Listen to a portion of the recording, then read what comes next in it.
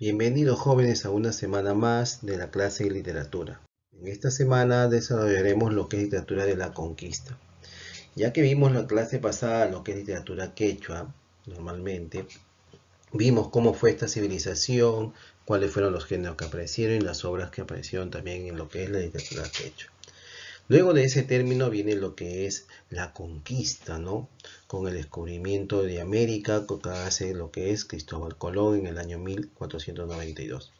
Tengan en cuenta que los primeros lugares que llegan los españoles es a México. Y cuando llega a México, los aztecas eran unas personas muy sumisas adecuadamente que los españoles lo pudieron dominar adecuadamente.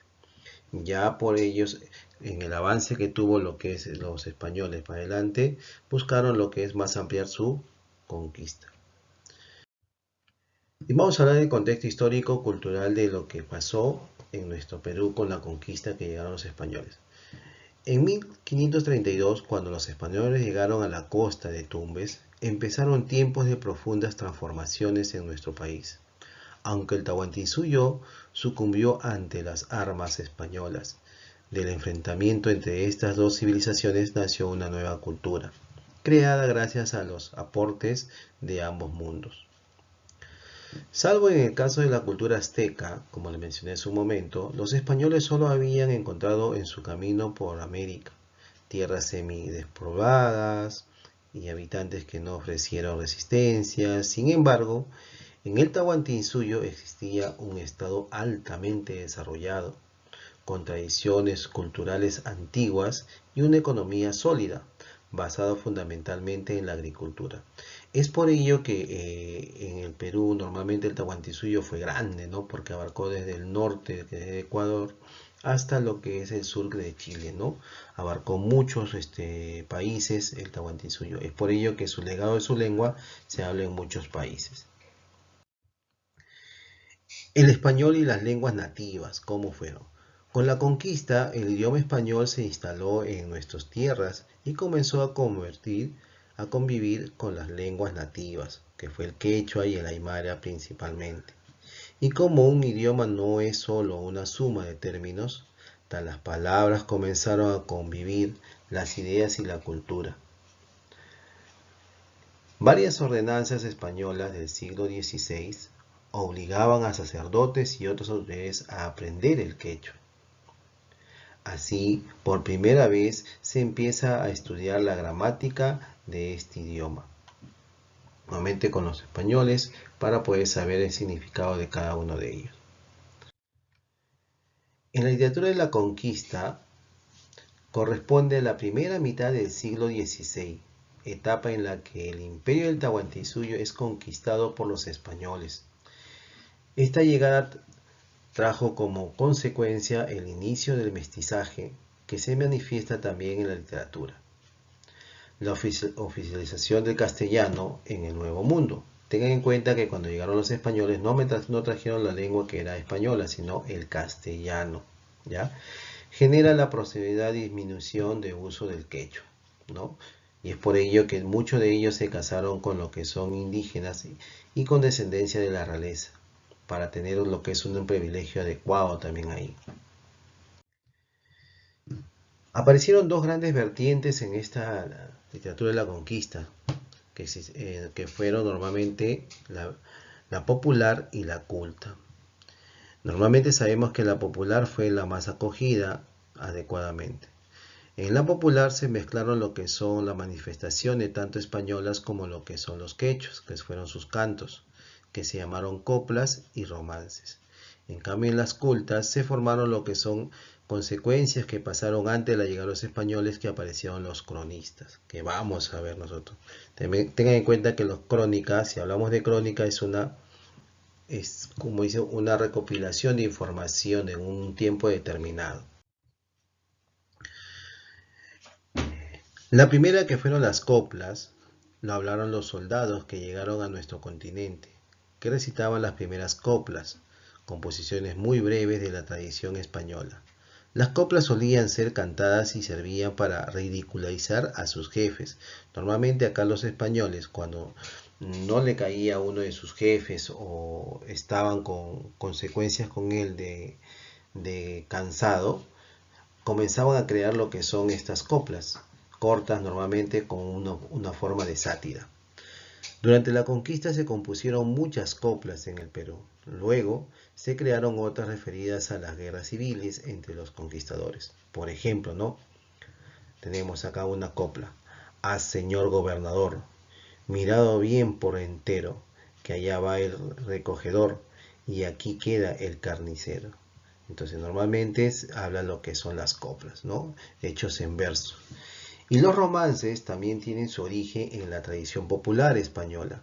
Constituye una hermosa mezcla de la literatura épica que se basa en narrar sucesos, ¿no?, de hazañas, y la lírica que expresa sentimientos íntimos o puntos de vista. Por ejemplo, ¿no? Tiempo es el caballero, tiempo es de andar de aquí, que me crece la barriga y se me acorta el vestido. Entonces normalmente se basa a un sentimiento de comparación a algo que va a suceder, ¿no? O ha sucedido. Aparecen los cronistas de la conquista, ¿no? Un interesante género literario que linda con la historia, con el ensayo y la novela. Es así como el historiador Augusto Tamayo Vargas define la crónica. Efectivamente, la crónica narra sucesos históricos, pero también expone el pensamiento de los cronistas sobre lo que vivían. Y otras crónicas recogen los mitos, las leyendas y la fantasía de los antiguos peruanos. Según el origen de los cronistas, podemos agruparlos en tres partes, que fueron los cronistas españoles, indígenas y mestizos. Vamos a En los cronistas españoles fueron escritos por los conquistadores, testigos de un acontecimiento importantísimo que sucedió en este descubrimiento de América, ¿no? El descubrimiento de un mundo absolutamente distinto del que conocían hasta entonces, ¿no? Los principales cronistas españoles tenemos aquí a Pedro Cieza de León, que lo vemos acá en la primera imagen, ¿no? Es considerado el cronista mejor informado y más observador, con su obra El señorío de los Incas, ¿no? Su obra más resaltante que tiene Pedro Cieza de León, cronista español.